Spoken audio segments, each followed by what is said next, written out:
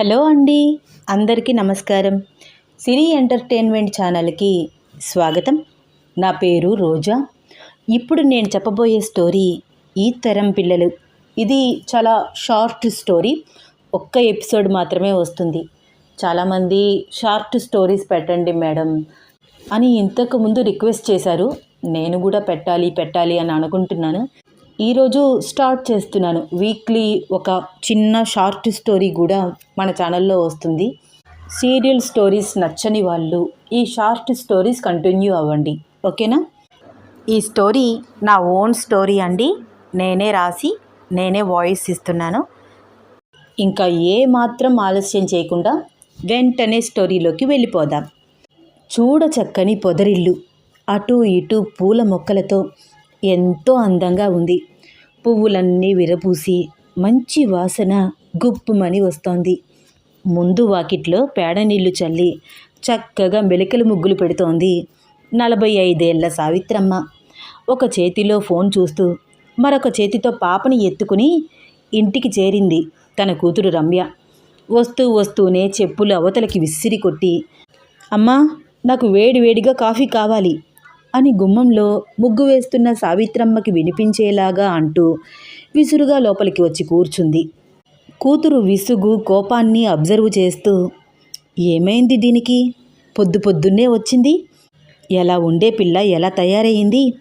పెళ్ళికి ముందు ఒబ్బిడిగా చక్కగా ఉండేది. ఏమిటి ఈ వాటం అనుకుంటూ ఆ విసిరిన చెప్పులు 2 జతగా ఒక వారగా ఉంచి ముగ్గు చిప్ప పక్కన పెట్టి చేతులు కడుక్కుని పవిట కొంగుతో తుడుచుకుంటూ లోపలికి వెళ్ళింది సావిత్రమ్మ. ఏంటే, ఏమైంది అలా ఉన్నావు? ఇంత ఉదయం వచ్చావేంటే? అల్లుడుగారు రాలేదేంటి? ఆయన రారు, నేనింక అసలు ఆ ఇంటికే పోను చిరాకుగా ఫేస్ పెట్టి అంటోంది రమ్య. ఏంటే, ఏమైంది? అల్లుడుగారికి నీకు ఏమైనా గొడవ జరిగిందా? తల్లి మాటకి సమాధానమైనా చెప్పట్లేదు రమ్య. ఏంటి రమ్య, మాట్లాడవేంటి? ఏం చెప్పాలమ్మా, ప్రతి దానికి కండిషన్స్, ఏది చేసినా తప్పే. అలా చేయకూడదు రమ్య, ఇలా చేయకూడదు రమ్య అంటూ గీతోపదేశం చేస్తున్నాడు. నా వల్ల కావట్లేదు. మా ఆయనకి బాగా చాదస్తం పెరిగిపోయిందమ్మా. కూతురు చెప్పేదంతా వింటూ బుగ్గ మీద వేలేసుకుని అలాగే చూస్తోంది సావిత్రమ్మ. ఆవిడికి తెలుసు, అల్లుడు వినయ్ ఎంతో మంచివాడని. వాళ్ళ కుటుంబ పరిస్థితి అర్థం చేసుకుని పైసా కట్నం తీసుకోకుండా రమ్యని పెళ్లి చేసుకున్నాడు. రమ్యని చాలా బాగా చూసుకుంటూ తనకి కావాల్సినవన్నీ తను కోరకుండానే ముందుగా కొని తెచ్చి ఇస్తూ ఉండేవాడు. వాళ్ళ ప్రేమకి ప్రతిరూపంగా పుట్టిన పాపని కంటికి రెప్పలాగా చూసుకునేవాడు. అతని తప్పు ఏమీ ఉండదని సావిత్రమ్మకి అర్థమవుతూనే ఉంది. అయినా అల్లుడిని వెనకేసుకురాకుండా కూతురు చెప్పే మాటలన్నీ వింటూ సైలెంట్గా ఊరుకుని వంటింట్లోకి వెళ్ళి స్ట్రాంగ్గా ఒక కాఫీ కలిపి తీసుకువచ్చి కూతురి చేతికి అందించింది. ముందు కాఫీ తాగవే, పాపని ఇటివ్వు అంటూ 3 ఏళ్ల హనీని ఒళ్ళోకి తీసుకుని, ఏరా బుజ్జులు, ఏరా చిట్టి తల్లి అని ఆడిస్తూ పాలు చల్లార్చి తాగిద్దామని చూస్తే ఆ చిన్న పాప ఫోను తావాలి అని ఒకటే ఏడుస్తోంది. అటు ఇటు పాపని తిప్పుతూ కబుర్లు చెప్తూ అవస్థలు పడుతోంది సావిత్రమ్మ. అబ్బబ్బా అమ్మా, ఎందుకు దాన్ని పట్టుకుని అటు ఇటు తిరుగుతావు? కాళ్ళు నొప్పులు వస్తాయి, కూర్చో అంటూ రమ్య తన చేతిలో ఉన్న ఫోన్ తీసి హనీ చేతిలో పెట్టగానే అందులో వస్తున్న రైమ్స్ డ్యాన్సు చూస్తూ కిక్కురు మనకుండా పాలు తాగుతోంది హనీ. హనీని రమ్యని చూసి ఏం మాట్లాడాలో ఒక్క నిమిషం అర్థం కాలేదు సావిత్రమ్మకి. చాలా ఆశ్చర్యంగా అలాగే ఉండిపోయింది. ఒసే రమ్య, ఏంటే, పాపకి రోజు ఫోన్ ఇచ్చి ఫుడ్ పెడుతున్నావా? అవునమ్మా, తప్పేంటి? మన పని అయిపోతుంది కదా. అది కాదే రమ్య, నీ పని అయిపోతుంది అంటున్నావు. చంటిదానికి కాస్త ఓపికగా పాలు తాగించడం, అంత అన్నం పెట్టడం కూడా పనేనా? ఆశ్చర్యంగా అంది సావిత్రమ్మ. అబ్బా, ఏంటమ్మా నువ్వు, సేమ్ మా ఆయనలాగానే మాట్లాడుతున్నావు. నాకు ఈ మాటలు విని తలనొప్పి వచ్చేస్తోంది. ఇదే డిస్కషన్ ఇంటి దగ్గర కూడా. పాపకి ఫోన్ ఇవ్వద్దు, మంచిది కాదు అంటాడు మా ఆయన. చూసావు కదా, అది ఫోన్ ఇవ్వకపోతే కనీసం పాలు కూడా తాగదు. ఫోన్ వాడడమే తప్పన్నట్లు మాట్లాడతారు నువ్వు మా ఆయన విసుక్కుంటూ అంది రమ్య. రమ్య, నీకు అర్థం కావట్లేదు. నిన్ను మేమెవ్వరం ఏమీ అనట్లేదమ్మా. ఫోన్ వాడడం తప్పు కాదు. పిల్లల్ని ఫోన్కి ఎడిక్ట్ అయ్యేలాగా చేస్తున్నావు చూడు, అది తప్పు. దానికి నిండా 3 ఏళ్ళు, చంటిది. ఇది ఫోన్కి ఎడిక్ట్ అవ్వడం ఏమిటి? ఏహే అమ్మా, నా బుర్ర తినకు ప్లీజ్ విసుగ్గా అంది రమ్య. అది కాదే, హనీని చూడు, కనీసం కిందకి దిగి ఆడనైనా ఆడట్లేదు. ఫోన్ పట్టుకుని కూర్చుంది. వచ్చిన దగ్గర నుంచి చూస్తున్నాను. ఆ వయసు పిల్లలు చక్కగా కేరింతలు కొడుతూ ఆడుకోవాలి కదా. ఇదే కంటిన్యూ అయితే రేపొద్దున చాలా బాధపడతావు రమ్య నువ్వు. అమ్మా, నీకు ఒక దండం, ఆపుతావా? నీకు కూడా బాగా చాదస్తం ఎక్కువైపోయింది. అనవసరంగా ఇక్కడికి వచ్చానేమో అనుకుంటూ మళ్ళీ కూతురుని చంకన వేసుకుని, చాదస్తం మనుషులందరూ నా చుట్టూనే ఉంటారు అని విసుక్కుంటూ చెప్పులు వేసుకుని విసవిసా వెళ్ళిపోయింది రమ్య. రమ్య గురించి, హనీ గురించి ఆలోచిస్తూ వంట ఎలాగోలాగా కంప్లీట్ చేసింది సావిత్రమ్మ.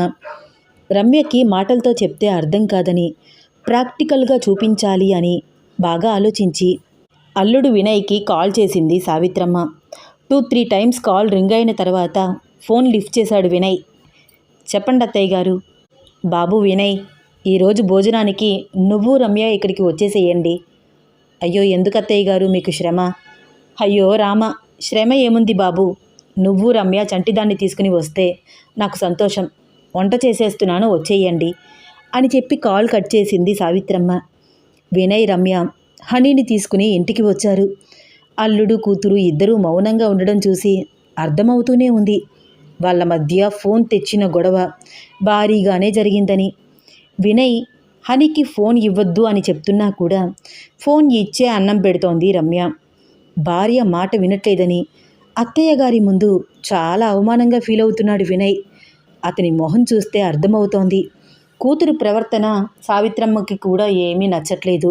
తన ముందే భర్తని విసుక్కుంటోంది, తీసి పడేసినట్టు మాట్లాడుతోంది. అంతా అబ్జర్వ్ చేస్తోంది సావిత్రమ్మ. వినయ్కి మాత్రమే వినిపించేలాగా, బాబు, ఈ ఒక్కరోజు టైం ఇవ్వండి నాకు.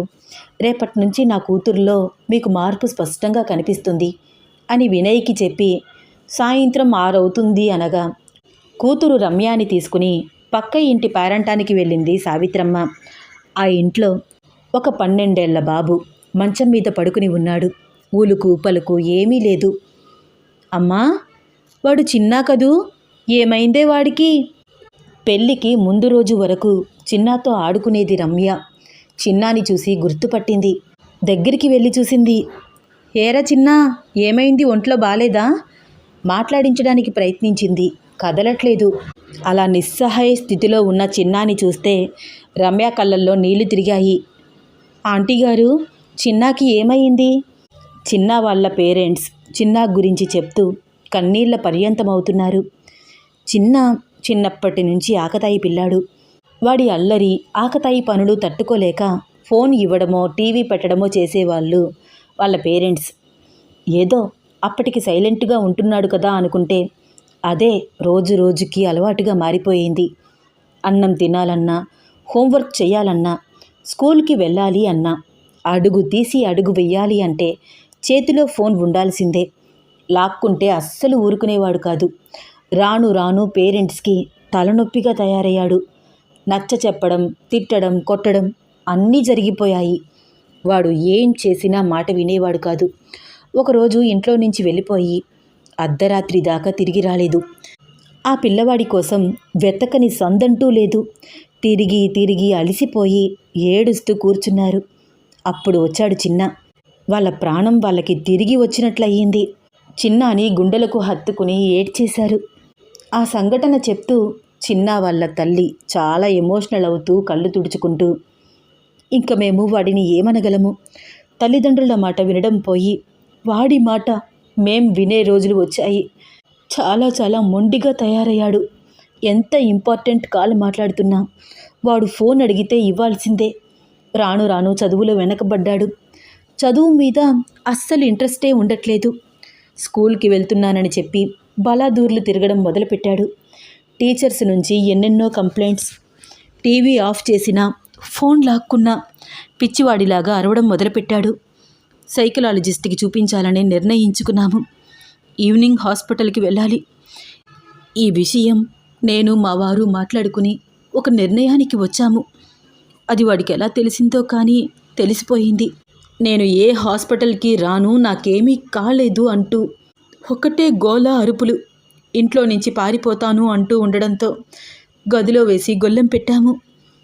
తలుపు తీయండి, లేకపోతే చచ్చిపోతాను అంటూ బెదిరించడం మొదలుపెట్టాడు. మేం తలుపు తీయలేదు. అందుకు ప్రతిఫలం ఇది. ఆ గదిలో హై వోల్టేజ్ ఇన్వర్టర్ స్విచ్ బోర్డ్లో వేలు పెట్టడంతో షాక్ కొట్టింది. అప్పటి నుంచి ఇలా జీవశ్చవంలాగా పడి ఉన్నాడు. ఎప్పటికైనా లేచి నడుస్తాడో నడవడో తెలీదు. గుండెలు పగిలేలాగా ఏడుస్తూ చెప్తోంది చిన్న వాళ్ళమ్మ. ఇదంతా బెడ్ మీద ఉండి వింటున్న చిన్న కళ్ళల్లో నుంచి సన్నటి కన్నీటి ధార. ఇదంతా విని రమ్య హృదయం బాధతో నిండిపోయింది. చిన్న వాళ్ళ పేరెంట్స్కి ధైర్యం చెప్పి తిరిగి ఇంటివైపు అడుగులు వేస్తున్నారు. రమ్య మనసులో లేదు. కళ్ళల్లో నీళ్లు తిరుగుతున్నాయి. అక్క అక్క అంటూ రమ్య చుట్టూ తిరుగుతూ ఆడుకునే చిన్న ఈరోజు కదలలేని పరిస్థితుల్లో ఉన్నాడు. ఒక ఫోన్కి ఎడిక్ట్ అవ్వడం వల్ల ఆ పిల్లవాడి పరిస్థితి అలా అయ్యింది అని తెలుసుకుని ఆ పేరెంట్స్ బాధని చూసి తట్టుకోలేకపోతోంది రమ్య. ఇంటికి వచ్చి చూస్తే తన 3 ఏళ్ల కూతురు హని ఫోన్ చూస్తోంది. తన చిట్టి చిట్టి వేళ్లతో ఫోన్ స్క్రీన్ మీద వేలు అలా అలా ఆడిస్తూ వచ్చే షార్ట్ వీడియోస్ అన్నీ చూస్తోంది. గబగబా రమ్య హనీ దగ్గరికి వచ్చి ఫోన్ తీసి అవతల పడేసి పాపని ఎత్తుకుని ఎన్నెన్నో ముద్దులు పెడుతూ ఎమోషనల్ అయి ఏడ్చేసింది.